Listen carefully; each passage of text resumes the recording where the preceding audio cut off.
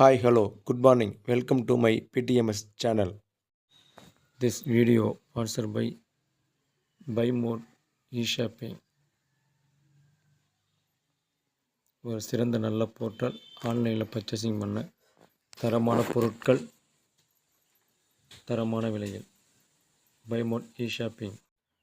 ஓம் சரவண பவா. அன்பார்ந்த நண்பர்களே, நாம் இந்த தொகுப்பில் பார்க்க போகிறது எண்கண் முருகனை பற்றி. வாங்க வீடியோக்குள்ளே போகலாம்.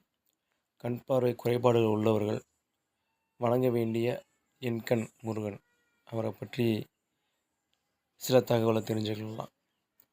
பிரணவ மந்திரத்திற்கு உட்பொருள் என்ன என்று முருகப்பெருமான் பிரம்மாவிடம் கேட்டார்.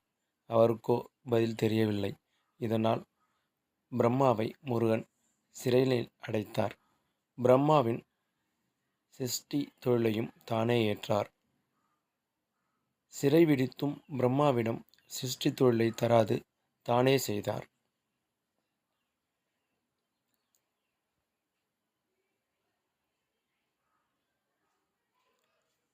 இதனால் பிரம்மா இத்தலத்தில் சிவபெருமானை தனது 8 கண்களால் பூஜித்தார். சிவபெருமானிடம் நடந்தவற்றை கூறி தனது படைத்தல் தொழிலை திரும்ப பெற்று பிரம்மாவிடம் வேண்டுகிறார். முருகனோ பிரணவ மந்திரத்தின் உட்பொருள் தெரியாத பிரம்மன் படைத்தல் தொழிலை செய்வது முறையல்ல என்று கூறி சிவபெருமான் முருகனை சமாதானப்படுத்தினார். தனக்கு முன்பு பிரணவ மந்திர உபதேசம் செய்தது போல் பிரம்மாவிற்கும் உபதேசம் செய்து பின்பு படைப்புத் தொழிலை தரும்படி பணிக்கிறார். முருகன் இத்தலத்தில் பிரம்மாவிற்கு பிரணவ உபதேசம் செய்து தென்முக கடவுளாய் அமர்ந்து உபதேசித்து சிருஷ்டி தொழிலையும் திரும்பவும் பிரம்மாவிடம் தந்தார். பிரம்மா 8 கண்களால் பூஜித்தமையால் இந்த தலத்திற்கு எண்கண் என்றும் பிரம்மபுரம் என்றும் வழங்கப்படுகிறது. திருவாரூர் கோயிலின் 2வது பிரகாரத்திற்கு தென்புற மதில் ஒரு கல்வெட்டு இருக்கிறது.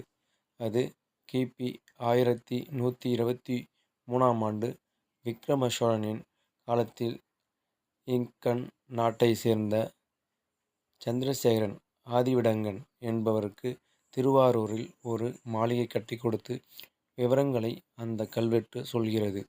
மனுநீதி சோழன் நீதி கேட்ட பசுவிற்கு தனது மகனை தேர்காலில் இடது செய்ய உத்தரவிட்ட போது அதை மீற முடியாமல் தன்னை தானே வாளால் மாய்த்து கொண்ட அமைச்சர்.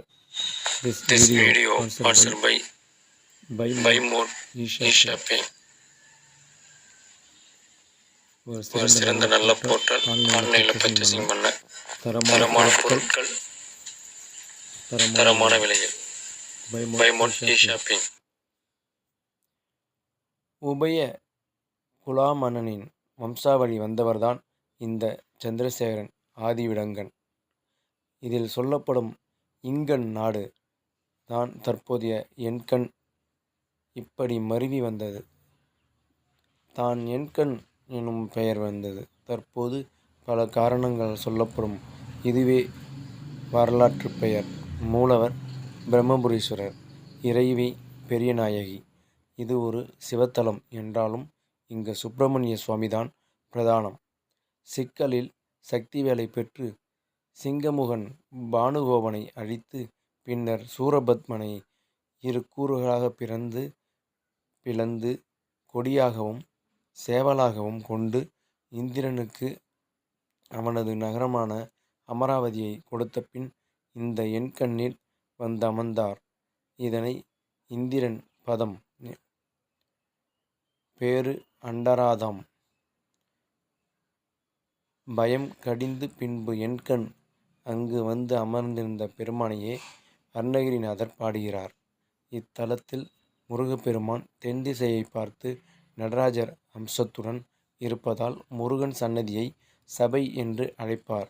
முருகப்பெருமான் தென்முகமாய் காட்சியளிப்பதால் அறிவு, ஞானம், ஆயுள், ஆரோக்கியம் ஆகிய 6 பேர்களையும் அடியார்க்கு அளிக்கிறார். ஷண்முக அர்ச்சனை. கண் பார்வை குறைந்தவர்களுக்கு பிரதி மாதம் விசாக நட்சத்திரம் நாளில் தொடர்ந்து 12 மாதங்கள் முருகப்பெருமானுக்கு சண்முக அர்ச்சனை செய்து குமார தீர்த்தத்தில் நீராடி முருகப்பெருமானை வழிபட்டு வர கண் பார்வை முழு குணம் பெறுவது இத்தலத்தில் குறிப்பிடத்தக்க. This video sponsored by More eShopping. ஒரு சிறந்த நல்ல போர்ட்டல்.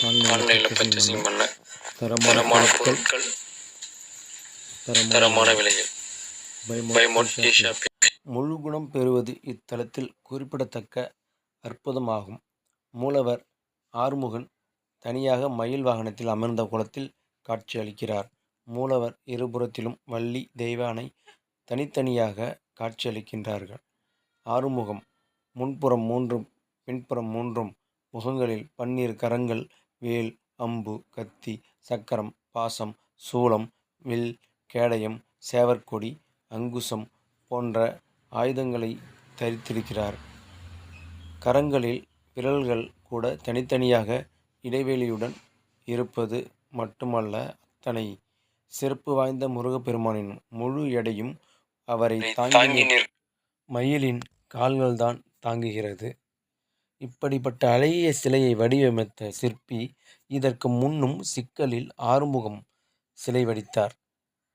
அதன் அழகிய வடிவினை பார்த்த முத்தரச சோழன் அந்த சிற்பியின் வலக்கை கட்ட விரலை தானமாக பெறுகிறான். கட்ட விரலை இழந்த சிற்பி 8குடியில் மற்றொரு அழகிய ஆறுமுகனை வடிவமைக்கிறார். கண்டு மனம் பொறுக்காத முத்தரச சோழன் சிற்பியின் 2 கண்களையும் பறிக்க வலக்கை கட்டை விரலும் 2 கண்களும் இன்றி சிற்பி ஒரு சிறுமியின் உதவியுடன் வன்னி மரங்கள் அடர்ந்த வனமாகிய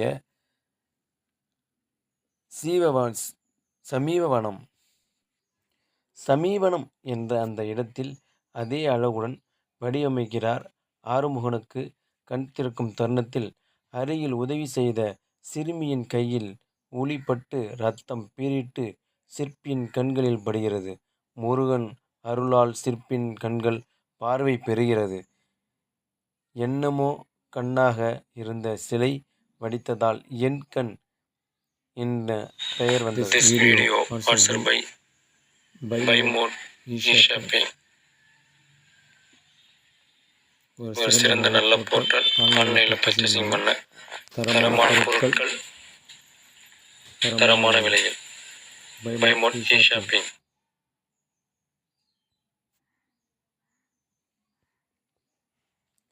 எண்ணமே கண்ணாக இருந்து சிலை வடித்ததால் என் கண் என பெயர் வந்தது. ஆறுமுகனின் அத்தனை காதுகளிலும் தோடு போடும் துளைகளும் உள்ளன.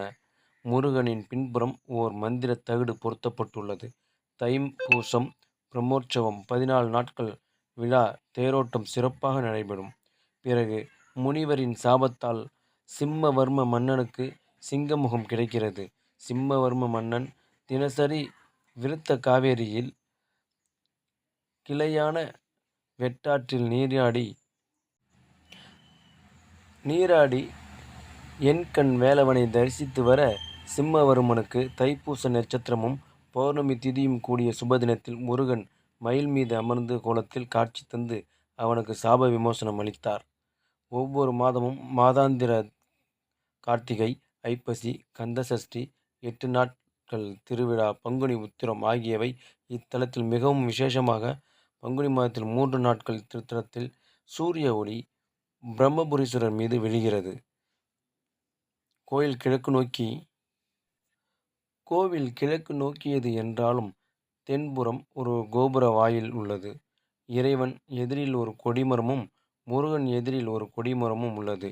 இறைவன் பிரம்மபுரீஸ்வரர், இறைவி பெரியநாயகி கருவறை கோடங்களில் தென்முகனும் பின்புறம் அர்த்தநாரீஸ்வரர் அவரின் எதிரில் ஐயப்பனும் உள்ளனர். வடக்கில் பிரம்மாவும் துர்க்கையும் உள்ளனர். தென்மேற்கில் விநாயகர் சிற்றாலயமும் வடமேற்கில் பாலசுப்பிரமணியர் சிற்றாலயம் உள்ளது. வடக்கில் காசி விஸ்வநாதரும் அண்ணாமலையாரும் நவகிரகங்களும் பைரவர் லிங்கபானம் ஒன்றும் உள்ளது. கருவறை வடக்கில் நீண்ட மண்டபமும் யாகசாலையாக பயன்படுகிறது. இந்த கஷேத்திரம் துவாசந்த கஷேத்திரம் என சொல்லப்படுகிறது. கிழக்கு கோபுர வாயிலின் முன்னரும் பெரிய வன்னி மரத்தின் கீழ் விநாயகர் சன்னதி உள்ளது. காலை 6 மணி முதல் 12 மணி வரை, 4 மணி முதல் இரவு 8:30 மணி வரை திறந்திருக்கும் இந்த கோயில். வெற்றிவேல் முருகனுக்கு அரோகரா. வெற்றிவேல் முருகனுக்கு அரோகரா. நமது பிடிஎம்எஸ் சேனலை ஆதரித்து இதுவரை கண்டுகளித்த அனைவருக்கும் அனைத்து நல் உள்ளங்களுக்கும் நன்றி. ஷேர் செய்யுங்க, சப்ஸ்கிரைப் செய்யுங்க.